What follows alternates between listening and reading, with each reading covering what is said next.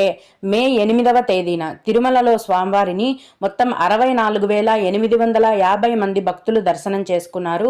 అందులో స్వామివారికి మొత్తం 28,816 మంది భక్తులు తలనీలాలను సమర్పించారండి.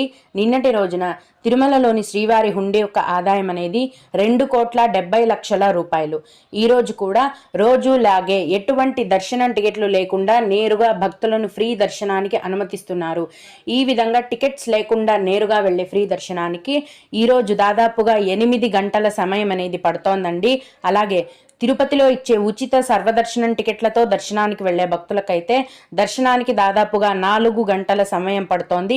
300 రూపాయల దర్శనం వారికి మరియు 500 రూపాయల దర్శనం టికెట్లు కలిగి ఉన్న భక్తులకు దర్శనానికి 3 గంటల సమయం అనేది పడుతోంది.